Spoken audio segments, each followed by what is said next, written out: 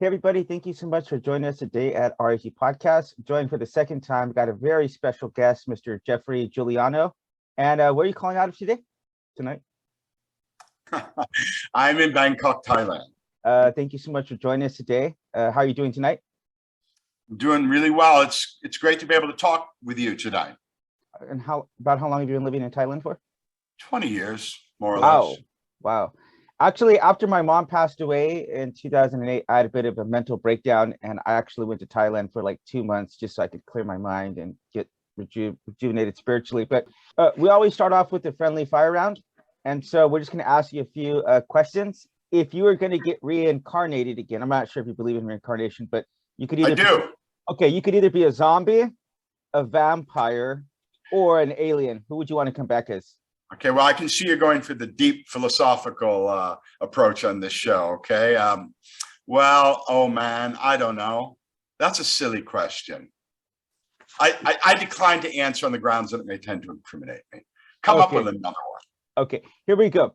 All right, so this is an interesting because you had mentioned you have a love for animals. So if you had to own any giant feline animal, what would that be? A cow. Because as a Gaudiya Vaishnav, I'll explain what that is. Mm-hmm. Some might call it Hinduism. We love cows. Krishna was the protector of the cows, and they're beautiful, gentle creatures. I had 2 cows when I had my ashram in Lockport, New York, and we love them very much. So a cow. But not a cow in the West where I would end up as a hamburger, but a cow in India where I'd be loved and protected. Gray? I'm going to go for something really simple here. What is your favorite ice cream flavor? I love ice cream. It's definitely one of my guilty pleasures. I'm going to say maybe chocolate chip mint. All right. But, you know, that is also a stupid question, but it's one that I can relate to because I'm. Do you guys have Ben and Jerry's or no? I don't know what you mean by you guys. You mean in Thailand? They have everything. Yeah, sure. Yeah, they got everything here. Okay, good. Here we go. If you had to spend the remaining years of your life stuck in any decade, which decade would it be? Probably around either 1890s or 1960s. I think. That's a very good. Although I did live through the 60s. I was born in 1953. All right. So that means in 63, I was 10 years old. So I kind of came of age in the 60s. So I remember it very well. Wow. Great. Last question. Favorite? I assume you did mention on the last podcast you're vegetarian. Is that right? I am indeed. Okay, for a meat eater, what's your best meal then? If you're going to sell vegetarianism, go. What you mean as a vegetarian? Sure. Okay. Well, I would say my best. You know what? As a child, I can remember having Campbell's tomato soup and a toasted cheese sandwich, and I still love that. I love coleslaw. You can't get coleslaw anymore unless you go to KFC. Which I don't do. It's pretty good. So I like that, and I love mashed potatoes. That's my favorite. But above and beyond any cuisine, I like Mexican food. So anything vegetarian Mexican is good. I love Taco Bell, but not the Taco Bell they have in Asia. The Taco Bell it's not the same. I know. I'm Mexican, so if I could have authentic Taco Bell in South Korea, I would be so content. I would be totally satisfied. Yeah. But the thing is, I have to settle for Asian Taco Bell, and just totally not. When I was in college, my girlfriend, later my wife Brenda, took me to my first Taco Bell, and I said, "Well, I don't know about this." She said, "Just trust me." And you would get, I think it was 25 cents was a bean burrito. And we were students. We didn't have any money. So it's like, wow, you can eat like, I want 3 bean burritos and mild sauce. And you take a bite and you put a little on and take a bite. So you hit a nerve there. We love real Taco Bell. I mean, it's garbage, but there's just something in the American soul, Right. about that's satisfied by Taco Bell. I will tell you this. Well, whenever you come to Korea again, I will definitely make you some Mexican food, some authentic Mexican food. All right. Actually, just had some today. But that being said, if you would be so kind as to give us a 2-minute synopsis of summary of your spiritual journey, and then we're going to get in and ask you some kind of deconstruct it. Sure. Well, I'm a follower of what's called Gaudiya Vaishnavism, and which is a part of what the larger umbrella name for that would be Sanatan Dharma. Now, it's the popularized linguistic word that they throw around is Hindu. But I'm not a Hindu, and nobody's a Hindu. Well, why not? Because Hindu was a name given by the British colonial overlords when they came to India to a religion that they knew nothing about. So it's a cultural imposition on followers of my faith, and we reject it. Now, where did they get the name Hindu? Well, there's a river called Indu. So they knew that Indus River, and they somehow it got morphed into Hindu. So it's a completely bogus name. But for the sake of brevity, and so that people can understand, yeah, okay, you could say Hindu, but no, not really. We're Gaudiya Vaishnava. All right, so let me just finish. So there's that. Now, what does it entail? Well, the basic tenet is that we are not this body. We are a soul that it rides in this body and experiences reality, so-called, just as very much like someone sits in a car. It's as if someone has been in the car for so long that they've forgotten that they're in that car and they think they are that car. So and I am convinced that we are much more than our material body, and that we sit in this body as a means of movement through the world, and to experience through our mind and senses reality, which and for what purpose? To take us slowly through our experiences and realizations back to the original source. So it's not evolution, it's involution, going back into that great fire from which we came. I can put it to you like this, that God is a great fire, and we are a spark. God is a gold mine. We're a small gold earring. So we're qualitatively one with the divine, right? But not quantitatively. So we have all the aspects of the Supreme Being, but we're just smaller, small little gods, sparks from the fire, drops of the ocean. That's interesting. Okay. And just really quick, at what age did you join this faith? 15 years old. 15. Okay. Now, the faith that I joined, you will know as the Hare Krishna movement, or ISKCON, the International Society for Krishna Consciousness. I'm what's called I'm a lay member. I'm not a cleric, although I have come close to that in my long life. But I joined in 1971, give or take, and have been very much involved ever since. And it's just a beautiful thing, and it's really illumined my life. And hopefully at the end of my life, I will be in a meditative state and be then therefore qualified to go what we call back to home, back to Godhead. All right. So I'm going to ask you a question right off the bat, and then we'll let Gray get in there. And actually, Gray's from the UK, so I believe Gray's ancestors are the one who made that confusion there. But yeah, imperialism is wrong no matter where it's at. It's caused a lot of problems, and America is certainly not free from that charge in and of itself. But that being said, I do want to ask a clarifying issue, something clarifying. Is it not the case, or is it the case that I've heard that God Well, do you call that Brahma? No, our name is Krishna, although he has innumerable names and his incarnations are as multitudinous as waves upon the ocean. Yeah. Okay.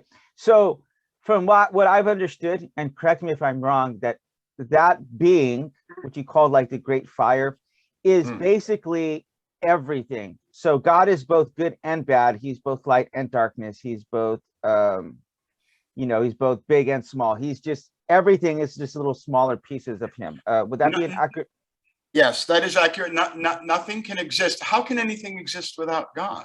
If he's the original progenitor, if everything emanates from him, then everything, your headphones, everything, the lemonade in my desk, us, Benjamin Franklin, everything has emanated from the Godhead. Okay. So we're going to let Gray get in here, and Gray is actually an atheist, so he's a hardcore materialist. So this is going to be very interesting. I'm going to drink some coffee and put on the boxing gloves, man. Let's get at this, Adam. First up, you say that life is quite away from enlightenment. Why do you think we go through life which is not a form of enlightenment, and what's its purpose? Human life is a rare gift.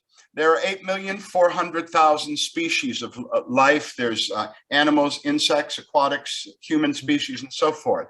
And only in this human form of life do we have the opportunity for self-knowledge. A little koala bear is not thinking about where do I come from, where am I going, what is my purpose in life. So no one can disagree with that. That the human form of life is a rare and wonderful thing. And for those that are conscious in their life and look beyond the materialism that obviously surrounds us as we are in a material body, it's a rare opportunity. So predicated on our past, as we are eternal beings, weren't created last week or in September of 1953, my body was, but not me. As we are eternal beings in these material bodies, experiencing life, that inclination towards self-discovery is inherent in everything we do. Now, it's not necessarily conscious in everybody, but everybody, regardless of their thinking, walks this path of from evolution to involution, to come out, evolution coming out of, involution going back to. So the human life is then used as a mechanism for understanding that which is our true nature and our relationship as spiritual beings. Does that answer the question? Yeah, well, I just want to talk about God a little bit, actually, because you mentioned God or Krishna. Is there sort of an awareness with your God or not, or is it just purely sort of a background material that keeps going through this cyclical cycle? Okay, well, we see God as the original person, not as a force devoid of qualities. No, Krishna or God is the wellspring of all qualities. Anything that we experience, he experiences. And we experience this because he sort of built that into what we are here temporarily in this material world. Nobody can argue that this is nothing but a temporary situation. Now, some people think that it begins at birth and ends at death. We do not think so. But in terms of the qualities of Krishna or God, he does what we do. We feel. He goes for a walk, he eats, he has friends, he has relationships. But this is a very, very high realization. Just like everybody has a father, and you look up to your father, you have a relationship with your father. So this is people are trying to sell this God as an impersonal energy. Well, you can't really have a loving relationship with a personal energy. You love your girlfriend or your mother or your brother or your friend. So it's the same with Krishna. The reason we can do these things, the reason we can forge these relationships, the reason we can understand and reach out for them and put our arms around them is because Krishna can too. So he's given us, we are, as I say, he is the gold mine. We're the small earring. So the qualities are exactly the same. Our activities, our goals, our dreams, God also has these. And this is a little bit unique in the realm of people on the spiritual path, that we consider Krishna the original person, the supreme personality of Godhead. And his qualities are unlimited, absolute, beyond our comprehension with these this material vessel, mind, and intelligence that we inhabit. But we understand that we can be nothing more than God and or nothing less, you know, because that earring is absolutely the same in quality as the gold mine. There's no difference. It's just a question of one is a smaller vessel and one is unlimited. That reminds me of the Hindu who you have a priest. Do you have a priest? Like, yeah, we have priests. Is there a special name for a priest, like a rabbi or something, a pastor or something? No, just a priest. I'll tell you, it would be a brahmachari, which means a person who's a lifelong celibate. I started out like that. I'm now a householder, a grihasta, but my wife passed away, so I'm a varnaprast. Oh wow. And no, it's okay. And she's fine. Right. Let's see. A really highly placed priest in our faith would be a swami. Swami means one who has controlled his senses. So that would be, let me just finish. Excuse me. That would be a person that has given up all attachment to the material world, in theory. Okay. We're humans and we fail, but this would be a person that has no interest in material acquisition, name, fame, any position, and they simply rely on their relationship with the Supreme Lord through meditation and works.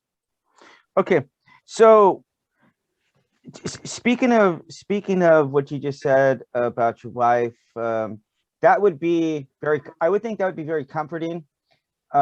It's something that could help you to get through life, kind of like the troubles that you have. Maybe it could be like some kind of coping mechanism.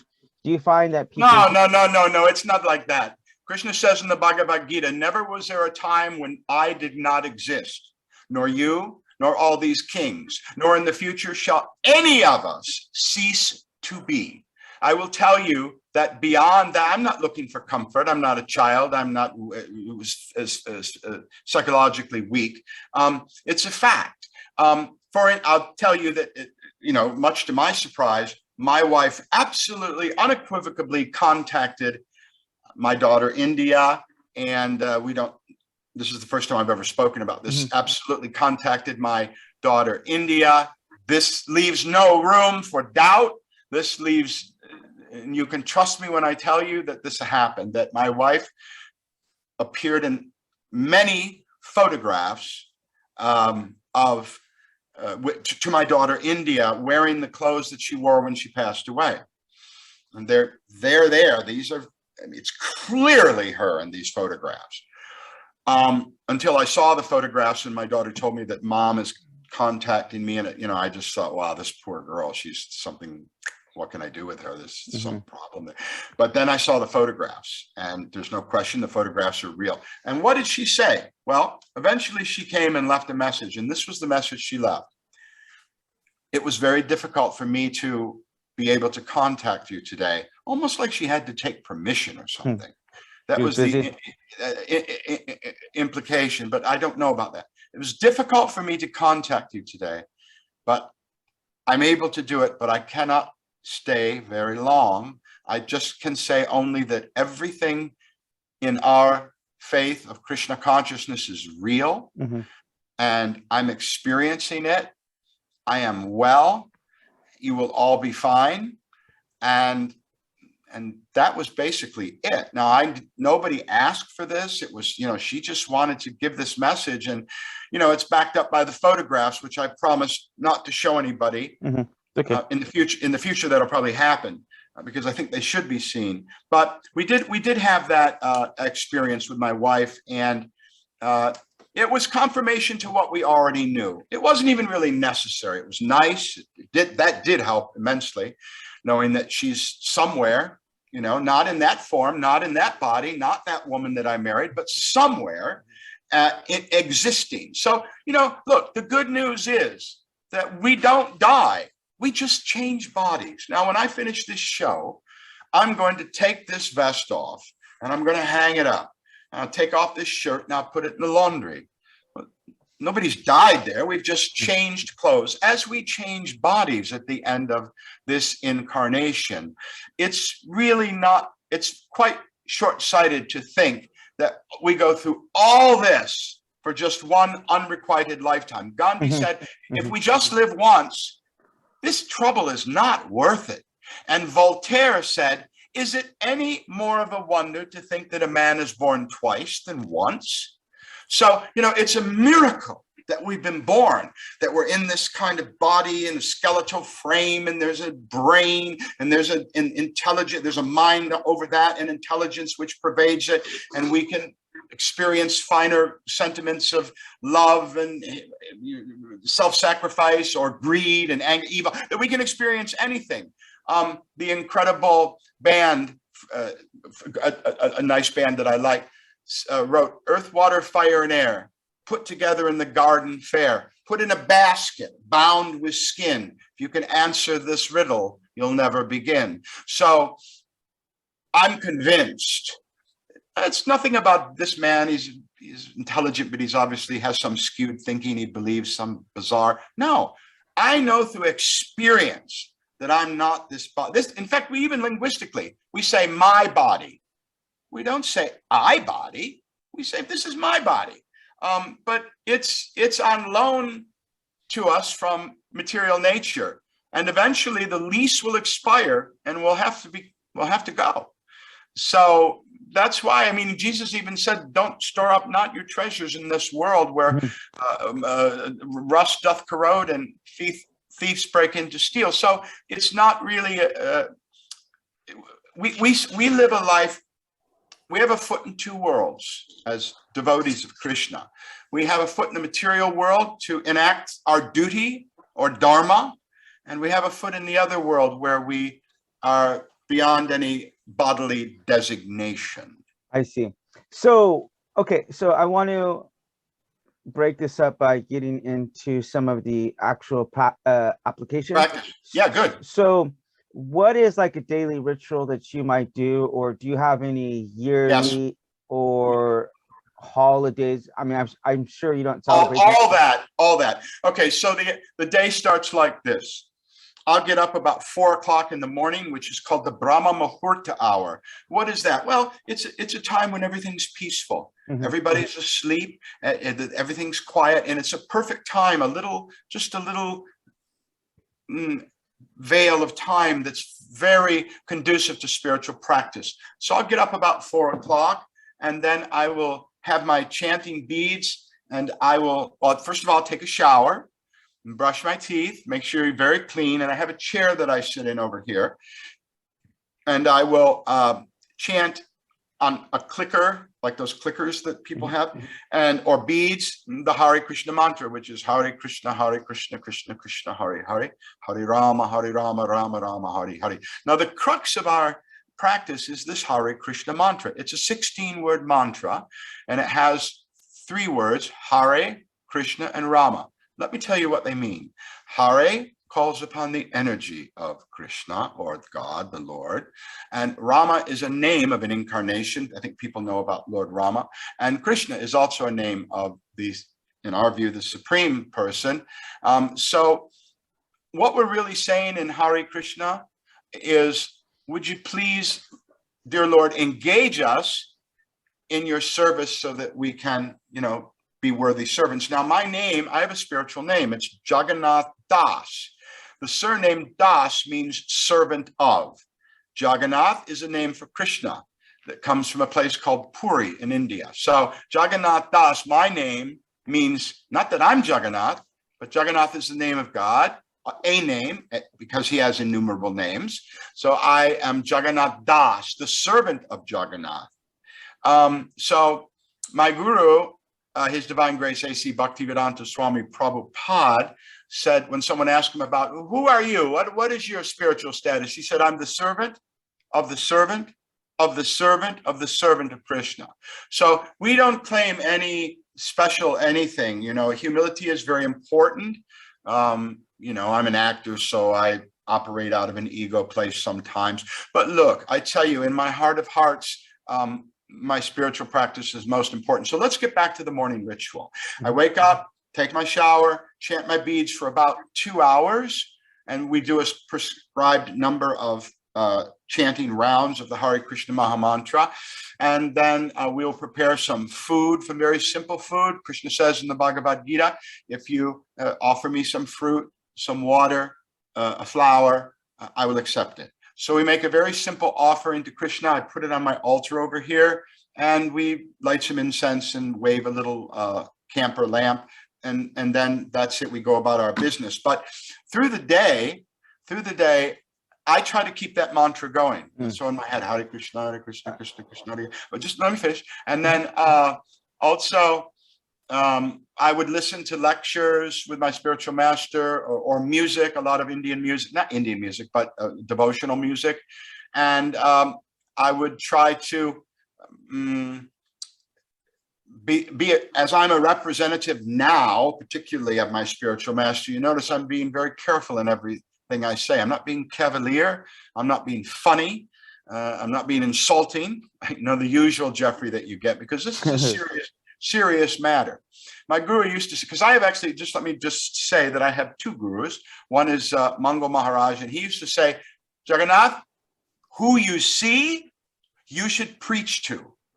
So, whoa, that's a tall order. It means when I go to the post office, I'm supposed to preach to the lady about being a devotee of Krishna. So that's tough. That's very tough. But these really advanced souls, that's what they do. It's like, whoa, that's what they do. I don't do that.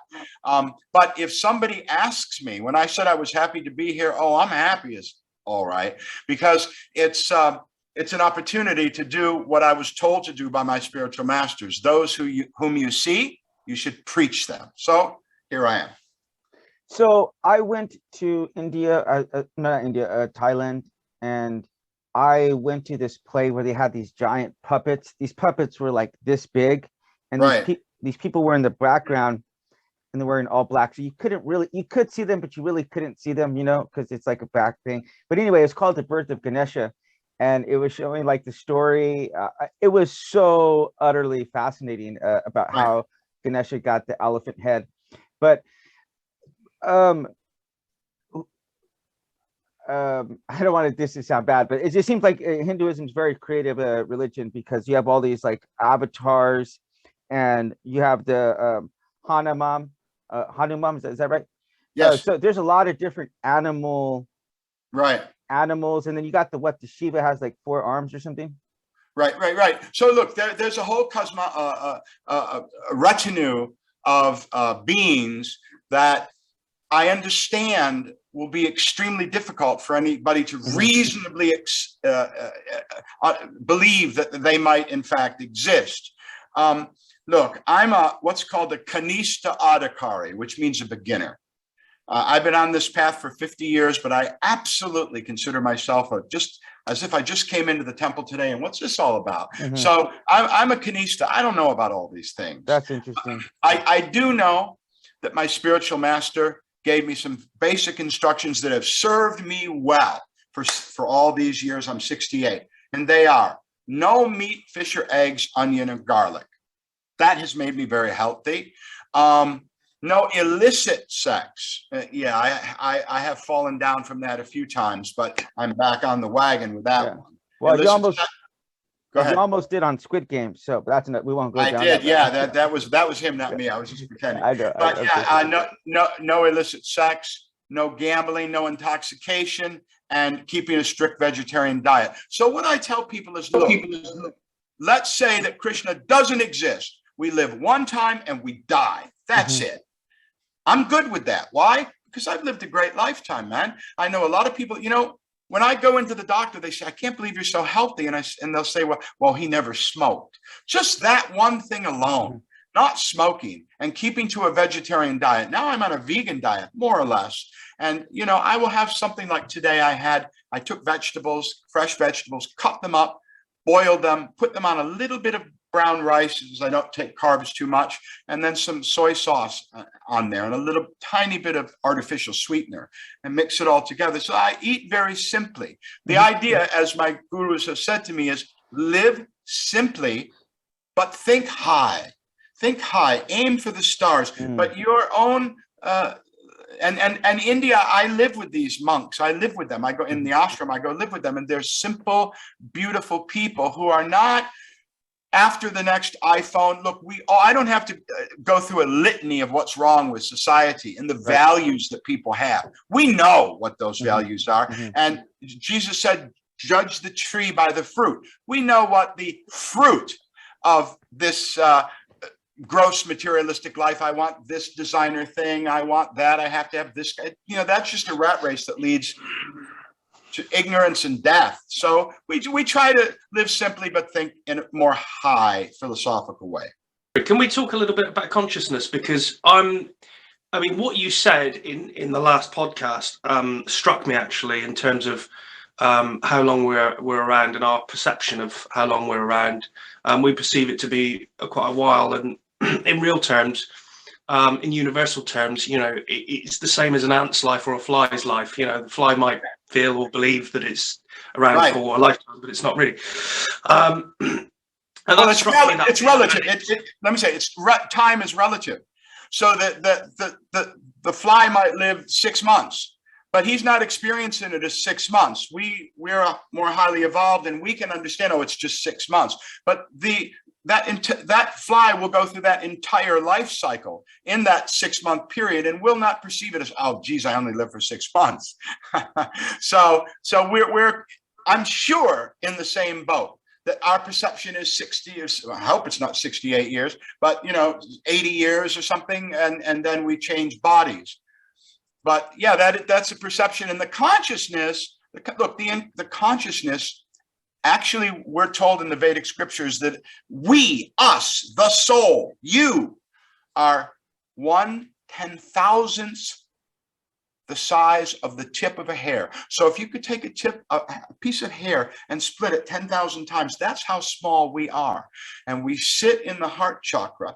And Krishna says, I, dwelling in the heart, direct the wanderings of every living entity. So we think that this is quite unlike Christianity. We feel that there are two beings in this material body and in every material body, and that would be aquatics, insects, all bodies. There are two inhabitants, two residents of this body. In my case, we'll talk about me. As they say, two birds on the limb of a tree. One is the Atma, which is the individual soul. That's this guy. And one is the Jivatma. I'm sorry, Paramatma, excuse me. Paramatma is there. Paramatma is God.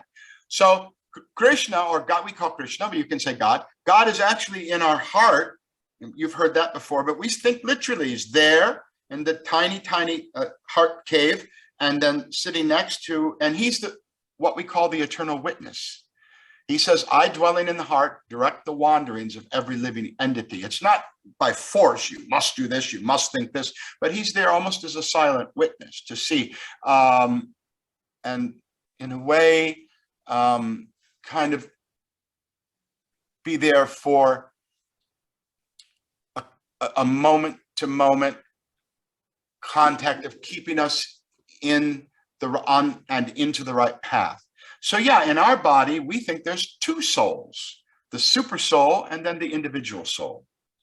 So therefore we, you know, there's nothing, we can't get away from God. We can't like, oh, I hope he didn't see that, because he's right there. You know, when my wife first met my spiritual master, Srila Prabhupada, she got scared. She came and said, oh, Geoffrey, I said, what's the matter? You got to see Prabhupada. That's a great thing. No, I'm so scared. Why? Because when he looked at me, I knew that he saw everything about me. Absolutely. Now, I can't tell you I saw Prabhupada the same day and I didn't have that experience, but I cannot tell you the number of devotees and friends I know that said, you know what, when I saw Prabhupada, he looked in my eyes and he knew everything about me. I mean, not from only this life, but from all lives.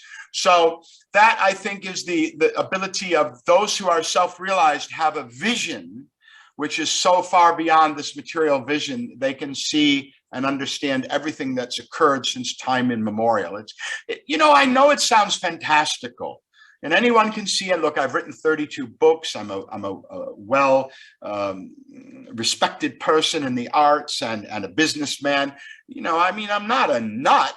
And I certainly wouldn't believe anything that was taught to me or forced on me. I have had my realizations, which I will keep to myself, which have confirmed to me the reality of what I speak about today. I wouldn't lie to you. I'm 68.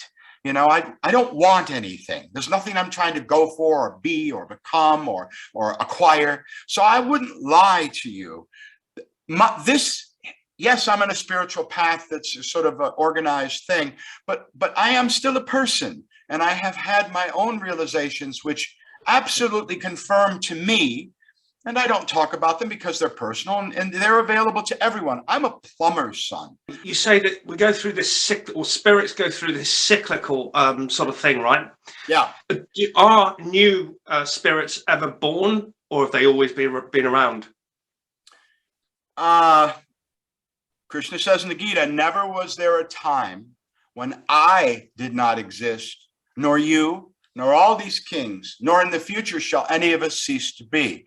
I would answer that question by saying that the nature and definition of soul is that it must be eternal, beyond time and space. So in that sense, there were, to my understanding, souls that emanate from God and that are eternal. Let me tell you an interesting story about our faith. There's a great high personality, divine personality called Mahavishnu. And he lies on a serpent bed in the causal ocean, the Garbhodakshai ocean, the milk ocean, and Lakshmi, the goddess of fortune, rubs his feet. And he's just gently sleeping. When he breathes out, all the universes, not only this one, all the universes emanate from the pores of his skin. How many pores do you have in your body? Innumerable. So innumerable universes and galaxies are manifested when he breathes out. And when he breathes in, they're all destroyed. So that means that everything that's ever happened, ever will happen, is going on between one inhalation and exhalation of the Supreme Being. So that's kind of takes us back to our ant story or our fly story. That, it seems like 68 years. I remember being the 60s and the 50s and the 80s, but really it's just all going on in between one breath of God. Now let's go back to Mr. Perez, who's so adept at rudely interrupting people when they're speaking about spiritual topics or really anything. I think he's pretty much an expert in this field. What was it you wanted, Mr. Perez? Is that because I'm willing to answer it? This guy, we know he's throwing softballs. Okay, that's good. He's a nice guy. So I'm very comfortable speaking with Adam. So much less so speaking to you, Mr. Perez, and your friends there. But what is it that you want to know? I'm not going to leave anything on the table tonight. We're going to clear the decks here. So what does your buddy want to know? How do you describe chocolate ice cream to someone who's never had it? Mm-hmm. Somebody who lives, I don't know, pick your own culture, and they don't have ice cream, and he's there, and you must describe. Well, tell me, what is this chocolate? And you have to, it would be almost impossible to give any reasonable explanation. So, but however, if he once takes a small spoon of chocolate ice cream, then all of his inquiries, all of his answers, all of his doubts, all of his ideas that may or may not need defending are solved in the tasting of the chocolate. So I would say the proof of the pudding is in the eating, as the old saying goes. Yeah. Please, God, you're terrible. Please, so let me say that the experience of some kind of association with the spiritual emanating force of the universe and all universes blows any questions away. And have I experienced that? Would I lie to you? Here's my answer. Yes, I have. And I understand what chocolate ice cream is because I've tasted it. So to defend anything is sophomoric and juvenile. There's nothing to defend. I would invite anyone, if they're desirous of understanding what chocolate is, to eat some chocolate ice cream. Now you go ahead, Mr. Perez, excuse me. Yeah. So, and look, I have to say that Adam looks to me, well, I know that he could be a stand-in for Leonardo DiCaprio. Oh, I've said it already. I said if Leonardo DiCaprio gained 50 pounds and then you beat him up and you toss him down a flight of stairs. Yeah, roughed him up a little bit. But yeah, he's a good-looking guy, Adam. Okay, I agree there. And plus, not so much. Me, right. Not so much. But Adam, good-looking guy. He's got the accent going on too, so that's he's got a lot of bonus. Yeah, bonus. So the Swami, I got a little joke for you. The Swami, that's the priest, right? It's the highest. It's the highest cleric. So he goes into a pizza parlor, and he says, "Can you make me one with everything?" That's the punchline. That's the punchline. But here's the thing. We're not. This is what you speak of now is what's called an impersonalist realization. It's all one. It's all in energy. Everything is energy. You know, it's true that everything is emanating from God, and that His energy is manifesting as everything. But beyond that, make me one with everything. There's a person. Just like we can do a recording today, and we can see that recording on YouTube. But at one time, there were real people who originated this. Right. And now there's some sort of residue of this videotape, and you can give innumerable ideas and examples of the same kind of thing. So the originating source is more than the energy. As we have a body and hand and eyes, Krishna has also. So this is what separates us. And it's a bone of contention in the Hindu faith as well, because some people think it's the great Om, the great invisible, the undivided, without form, without attributes. It's that, but it's also, it's not that they're wrong. It's just that they're not seeing, they kind of got half of the memo. The other half is, but it emanates from a person. You know, I've done many audiobooks. And they're out there online. You can download them, and they represent my voice and my ideas and whatever I've done in that audiobook. But there's no person there anymore. But there was originally a person behind the creation of everything. Your headphones, the lights, the table. There was a person behind that. So one of the great things about our faith is that everything ultimately is very personal, and it comes down to a divine person. Mr. Perez. Great. And so you believe in Hinduism, believe in practice, or believe in reincarnation. Is that correct? Yes, that is correct. So if you've lived a bad life, you can digress or regress, or you could progress in the next life. And then is it possible that everybody at some point, at some stage, is going to achieve like nirvana? Yes. Everybody will? Yes. Okay. Yeah, it's not exactly nirvana, but look, the smallest tributary, the smallest river, they wind their way to the ocean. So there's no one left behind. There's no soul left behind. There's nothing. If you're a serial killer or a pedophile or God knows what kind of horrific, or a VIP.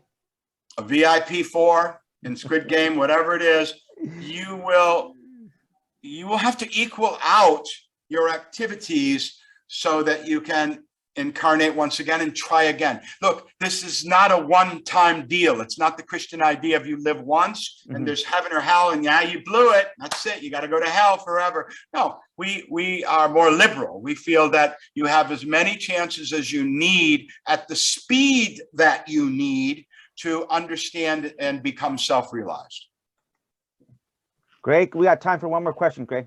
Yeah, I just want to talk about, obviously there's seen lots of things online about people remembering previous lives and things like this. However, most of us, we don't have those memories. Those memories, if you like, they die. Right. So why can we not remember those conscious memories from our previous incarnations? That's an excellent question. When the soul, which is by its very nature, Sat Chit Ananda, or eternally blissful and full of knowledge, comes in contact with matter, a veil drops and it forgets its elemental nature as coming from God and all the particulars and dramas of their previous lifetimes. I will tell you that around 1954 or maybe 5, when I was a little tiny baby in a cradle, a car came around the corner and the headlights came on to the wall for a minute, flashed across the room. And for that moment, this is what I thought. I swear to you, this is true. Oh, I'm in another body. I'm a baby. How did I get here? What's going on? Who are those people over there in the bed? It was my mother and father. And I heard my mother say, I started to cry and I was wet. And I heard my mother say, Joe, get up and give him his teddy bear. And he got up and he leaned over. He had a white t-shirt on, a strapless, what they call a wife beater. And he handed me he said, well, but it's downstairs. Well, go get it. And he went downstairs, clomp, clomp, clomp. And then he came back and he looked over and he put the bear in. And I thought, I swear to God, this is true. I'm a spirit in another body and I've reincarnated again. And as soon as I had that thought, as soon as it manifested, I was a baby again, became illusion, and was thoroughly absorbed in my current incarnation. So for a moment, for whatever reason, I have no idea, the veil was lifted just a crack so that I could have that short memory enough to know that I had reincarnated. But you're absolutely right. That's a true story. I swear. I know it sounds improbable, but it's true. No. Actually, I will say this. We're going to wrap up right now, but I'm a Christian and Adam is an atheist, and we sit down, we have conversations with people from all walks of life. But the reason why I don't care to get into debates with people like Adam or people from other religions or whatever is because I can tell you what I've experienced. It's just that thing that you talked about with chocolate. It's like once you sample it, you'll know that there's no way. So it's like, but if someone like Adam hasn't had that experience, I don't know what I would be able to. Well, look, I'm going to tell you that I'm a pretty intuitive guy, and when I look into Adam's eyes, I see a very intelligent young man, and I wouldn't be so quick to categorize him as an atheist, because I see a lot of inner light in him. I see a lot of spirit in him. I see the manifestation of life is very, very advanced in him. And I think that everybody goes at their own speed. Somebody walked that marathon, somebody crawls, and somebody runs like a deer. Yeah. So everybody's on the same road. And I got to say, Adam, those are not the eyes that you want to cover under a mask.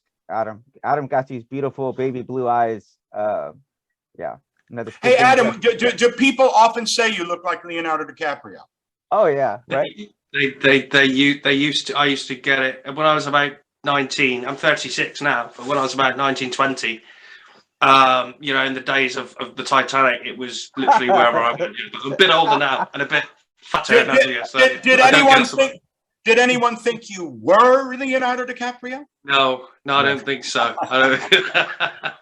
I couldn't get paid for it. Adam just had his 3rd child, so he's obviously got the dad bod. And actually, I think even before Corona, you're significantly thinner, right? Because I saw a picture of you from like a year ago. You're quite thin. But that being said, we do want to thank you for your time. Can you tell us really quickly how we can find you online and your website? Sure, you can come to geoffreygiuliano.com. We'll put everything at the bottom here. GELFFREY, GIULIANO. There's a contact page there. It has my link tree, which was made by Mr. Perez very kindly, and so many other ways to get in touch with me. You can find me at Instagram at Geoffrey Actor, GEOFFREYACTOR. You can also find me on TikTok, which I don't use much. I'm not really good at dancing around in my bedroom to music. Would that I was better, but alas, I am not. And that's called Squid Game Confidential. But I do want to say that I have this very day released the only memoir of making Squid Game, which is, it's an audiobook and it's available everywhere. Just here's the name. It's called, it's called Surviving Squid Game. I am VIP 4 by Geoffrey Giuliano. It's everywhere. You just go put that in and you can download it. And it's an intimate series of secrets and experiences which I went through and had while filming Squid Game. So this is the first and only book on Squid Game. And now let me just say that I'm writing an actual book called Squid Game Confidential, which is coming up. But right now people can grab that. And I wish they would, because it's interesting, my Squid Game audiobook. Well, what we'll do is we'll give away a few copies of that. You just hashtag Geoffrey Giuliano or hashtag Squid Game or VIP number 4. And we'll give away maybe 3 copies of that. Well, you're a man of many plans and schemes, so I'm sure that we'll be speaking about all of these matters, sir. Sure. So I hope I've done justice to my faith. I've never really had a chance to just do a podcast exclusively about that. So I hope I've done well for my spiritual masters and for the audience out there. And I can tell you, I may be a fool, but I am sincere. Well, I will say this. You actually said a lot of things that really resonated with me as a Christian, because whenever you talked about being in the religion for 50 years and then saying you're still like if you just walked in the first day, I feel like that a lot of times. I know I've well, I think in your case it's true. I've progressed a lot inside of Christianity, but I still have those same concepts. So like I still have light years to go, and I feel like sure. So miles to go before we sleep. But you never know. Adam might get there before any of us. Yeah, you do never know. So what did Jesus say? Those who are first will be last, and those who are last may be first. So and that being said, we want to thank you for joining us today, Geoffrey, and we want to thank you for listening.